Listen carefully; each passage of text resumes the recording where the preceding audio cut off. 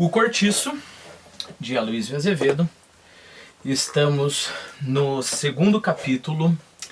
Esse é o quarto vídeo. O terceiro vídeo foi uma digressão sobre os títulos de nobreza aqui no Brasil no século XIX. Semelhante preocupação modificou-o em extremo. Deu logo para fingir-se escravo das conveniências, afetando escrúpulos sociais, empertigando-se quando podia e disfarçando a sua inveja pelo vizinho com um desdenhoso ar de superioridade condescendente. Ao passar-lhe todos os dias pela venda, cumprimentava-o com proteção, sorrindo sem rir e fechando logo a cara em seguida, muito sério. Dados os primeiros passos para a compra do título, abriu a casa e deu festas. A mulher, posto que lhe apontassem já os cabelos brancos, rejubilou com isso. Zulmira tinha então 12 para 13 anos e era o tipo acabado da Fluminense. Pálida, magrinha, com pequeninas manchas roxas nas mucosas do nariz, das pálpebras e dos lábios. Faces levemente pintalgadas de sardas, quer dizer, pintadinhas, né? Coloquei no nosso Quizlet, pintalgado, que tem pintas de várias cores, multicolorido. Sarapintado é um outro jeito de falar isso. Então ela tinha as mucosas do nariz, das pálpebras e dos lábios, e com manchinhas roxas, e as faces levemente pintalgadas de sardas. Respirava o tom úmido das flores noturnas, uma brancura fria de magnólia, que é claro, é um tipo de flor. Cabelos castanhos claros, mãos quase transparentes, unhas moles e curtas, como as da mãe, dentes pouco mais claros do que a cútis do rosto, pés pequenos, quadril estreito, mas os olhos grandes e negros, vivos e maliciosos. Por essa época, justamente, chegava de Minas, recomendado ao pai dela, o filho de um fazendeiro importantíssimo que dava belos lucros à casa comercial de Miranda e que era talvez o melhor freguês que este possuía. O rapaz chamava-se Henrique. Tinha 15 anos e vinha terminar na corte alguns preparatórios que lhe faltavam para entrar na academia de medicina. Deixa eu ver se eu coloquei alguma coisa sobre a academia de medicina. Não. Bom, mas você sabe, é o curso superior de medicina, né? Miranda hospedou-o no seu sobrado da Rua do Hospício, mas o estudante queixou-se no fim de alguns dias de que aí ficava mal acostumado. Ficava mal acomodado. E o negociante, a quem não convinha desagradar-lhe, carregou com ele para a sua residência particular de Botafogo. Henrique era bonitinho, cheio de acanhamentos, com umas delicadezas de menina. Parecia muito cuidadoso dos seus estudos e tão pouco extravagante e gastador, que não despendia um vintém fora das necessidades de primeira urgência. De resto, a não ser de manhã para as aulas, que ia sempre com o Miranda, não arredava o pé de casa senão em companhia da família deste. Dona Estela, no cabo de pouco tempo, mostrou por ele estima quase maternal e encarregou-se de tomar conta de sua mesada posta pelo negociante, visto que o Henriquinho tinha ordem franca do pai. Mesada posta pelo negociante, visto que ele tinha ordem franca. Lembre-se, franco no sentido de livre. Entrada franca, é claro, é uma entrada que você não precisa pagar num show, né? Então ele podia gastar quanto ele quisesse. Mas o comerciante, o Miranda, estabeleceu uma mesada para ele. Nunca pedia dinheiro. Quando precisava de qualquer coisa, reclamava de Dona Estela, que por sua vez encarregava o marido de comprá-la, sendo o objeto lançado na conta do fazendeiro com uma com uma comissão de usurário. Lembre-se que o usurário é tipo um agiota, né? É quem faz empréstimos a juros altíssimos. Lembra que o romão é um usurário, né? Ele empresta para as pessoas com penhora de bens, de ouro ou não, com juros altíssimos, né?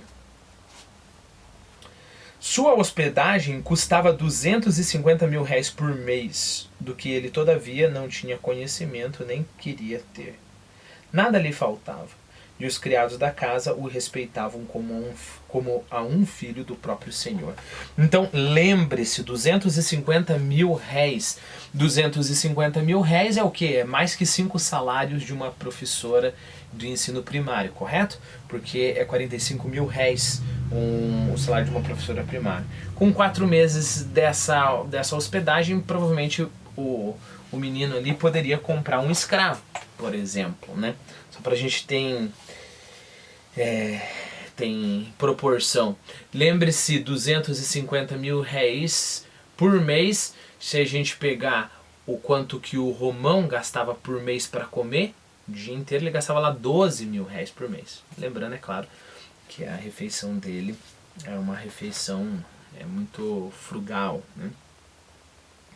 Mas tenha em mente isso. Tem mais alguma coisa? Deixa eu pegar mais alguma coisa só pra gente se acostumando e sempre falar um pouquinho sobre o dinheiro, né? Os réis. 30 mil réis, por exemplo, você pode pagar uma prostituta de luxo. Isso a gente ainda vai ver. Você já vai ver daqui a pouco onde vai aparecer a prostituta de luxo. Mas uma cocote, que eram essas prostitutas francesas por oposição às polacas, que eram prostitutas principalmente polonesas, de baixo custo. Por oposição a elas, com 30 mil réis você pagava uma prostituta, ou pagava, por exemplo, com 20 mil réis a jornada da Bertoleza, lembra? Mensal. Então não é pouco dinheiro não, não é pouco dinheiro não. Só mais umas comparações, porque recentemente eu incluí algumas entradas que o Manuel Bandeira encontrou no caderninho da mãe dele, lá nos anos 80 do século XIX, ou seja, bem no nosso período aqui. A mãe dele anotou algumas coisas e já que a gente está falando de réis, vamos lá. Então ela anotou lá 9 mil réis, um calçado para ela. 1.000 réis é uma lata de bolachinha, né? Deixa eu ver mais alguma coisa interessante aqui. 17 mil réis, por exemplo, era o ordenado que a mãe do Manuel Bandeira pagava para cozinheira. Provavelmente só para cozinhar mesmo, porque 17 mil réis é pouquíssimo, né? Então ela só viria para cozinhar. E 10 mil réis comprava 12 galinhas. Então 250 mil réis dá para comprar muita galinha. Dá para alimentar aí uma multidão só de galinha. Bom, então esse era... E é isso que custava ao pai do Henrique a hospedagem dele, fora o que mais ele precisasse, né? À noite, às vezes, quando o tempo estava bom, Dona Estela saía com ele, a filha e um moleque, o Valentim, a darem uma volta até a praia. E, em tendo convite para qualquer festa em casa das amigas, levava-o em sua companhia. A criadagem da família do Miranda compunha-se de Isaura, mulata ali, ainda moça, moleirona. Moleirona quer dizer molenga, né? Eu coloquei ali, coloquei só no nosso Quizlet, mesma coisa que molengão. Então ela era uma mulata ainda moça, moleirona e tola, que gastava todo o vintenzinho que pilhava. Lembre-se, uma moeda de vintém é 20 réis. Né? 20 réis é pouquíssimo dinheiro. Em compra de capilé na venda do Romão, de João Romão. Vamos lá, o que é capilé? É como se fosse o refresco assim, da época. É uma calda ou xarope feito do suco de avenca, que é claro, uma planta, né? Bebida refrescante que se faz ao misturar essa calda, né, tipo um melado assim, com água. Então, essa Isaura, mulata moleirona, todo vintenzinho que ela conseguia, ela gastava lá na venda de João Romão, comprando capilé. Continuando a lista da criadagem, né? Uma negrinha virgem chamada Leonor, muito ligeira e viva, lisa e seca como um moleque. Conhecendo de orelha, sem lhe faltar um termo, a vasta tecnologia da obscenidade. E dizendo sempre que os caixeiros ou os fregueses da taverna, só para mexer com ela, lhe davam atracões. Olha que eu me queixo ao juiz de Orfe. O que é esses atracões que davam a menina só para provocar, né? Atracão, desculpa, eu falei atracão, né? É atracação, ok? Então, atracações. Bom, agora fica mais fácil, né? Quando você atraca. Mas, vamos lá, o significado que eu tenho no Quizlet. Contato físico intenso de parceiros amorosos, com beijos e abraços, chegando ou não à cópula. Esfregação, agarração, amasso, né? Então, em teoria, só para brincar com a menina, eles já lá se esfregavam nela. Não sei se é uma brincadeira muito saudável se esfregar, ficar se esfregando na negrinha virgem, né? Olha que eu me queixo ao juiz de Orfe. E finalmente, a criadagem, o tal Valentim, filho de uma escrava que foi de Dona Estela e a quem esta havia alforriado. A mulher do Miranda tinha por este moleque uma feição sem limites. Dava-lhe toda a liberdade, dinheiro, presentes, levava-o consigo a passeio, trazia-o bem vestido e muitas vezes chegou a fazer ciúmes à filha, de tão solícita que se mostrava com ele. Pois, se caprichosa, senhora ralhava com Zulmira por causa do negrinho.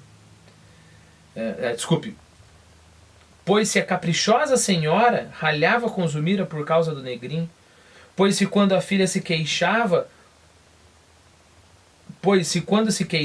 os dois, um contra o outro, ela nunca dava razão à filha, pois se o que havia de melhor na casa era para o Valentim, pois se quando foi este atacado de bexigas e o Miranda, apesar das súplicas e dos protestos da esposa, mandou para um hospital, Dona Estela chorava todos os dias e durante a ausência dele não tocou piano, nem cantou, nem mostrou os dentes a ninguém.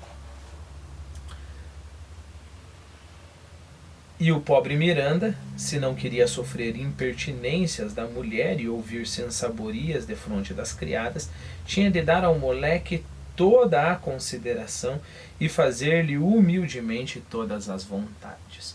Uma sensaboria pode ser algo sem sabor, insípido, né? Mas o ponto aqui é circunstância ou incidente desagradável que causa aborrecimento. Então, se ele queria evitar aborrecimentos com a esposa, ele tinha que fazer os gostos do Valentim. Havia ainda, sobre as telhas do negociante, um outro hóspede além de Henrique, o velho Botelho. Este, porém, na qualidade de parasita. Lembre-se que é quase que uma instituição, né, no século XIX, parasita. Mas, é claro, o termo ele é muito mais antigo. Parasita, por exemplo, só para te mostrar a antiguidade do termo, nas comédias romanas, né, as comédias romanas elas eram muito comédias de tipo, assim, muito, muito mal comparado.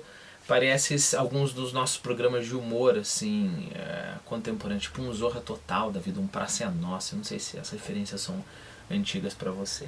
Mas tem um personagem que ele sempre tem aquela característica, ele sempre faz os trejeitos daquela característica e a piada é sempre em cima daquela característica.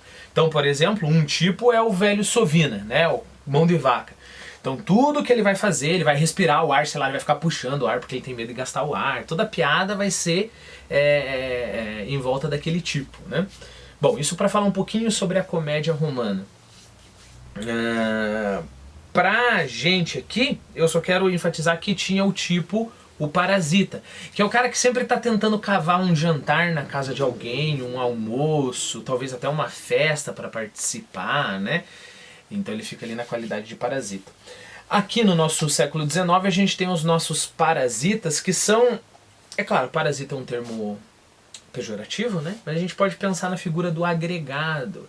Lembre-se que o José Dias, no Dom Casmurro, tem exatamente essa condição, né? Um dia estava lá o pai do Bentinho com alguns escravos doentes, ele chegou lá, curou alguns, e o pai dele convidou o José Dias para morar com eles, começou a morar com a família e continua morando, não sendo parente nem nada, é só um tipo de protegido ali da família, né? Então essa é a posição, mais ou menos a posição do José Dias, essa é a posição do nosso Botelho, né? Esse parasita, esse agregado, esse protegido pela família. Era um pobre diabo, caminhando para os 70 anos, antipático, cabelo branco, curto e duro como escova, barba e bigode do mesmo teor, muito macilento, coloquei ali no nosso Quizlet, com pouca gordura, magro, né? Sem o viço que se nota nas pessoas de saúde, abatido, descorado, pálido. Coloquei um pouquinho da etimologia, macilento vem de maquilentus, que é basicamente isso, magro, descarnados, com pele com a pele sobre os ossos. Eu até tinha estranhado colocar a etimologia, porque a etimologia basicamente é o significado da palavra, mas eu acho que eu coloquei pelo seguinte motivo: com a pele sobre os ossos. Eu gosto dessa imagem, né? Pra gente imaginar alguém com pouca gordura, alguém sem o vício da saúde, alguém com a pele sobre os ossos, né? Então esse era o Botelho.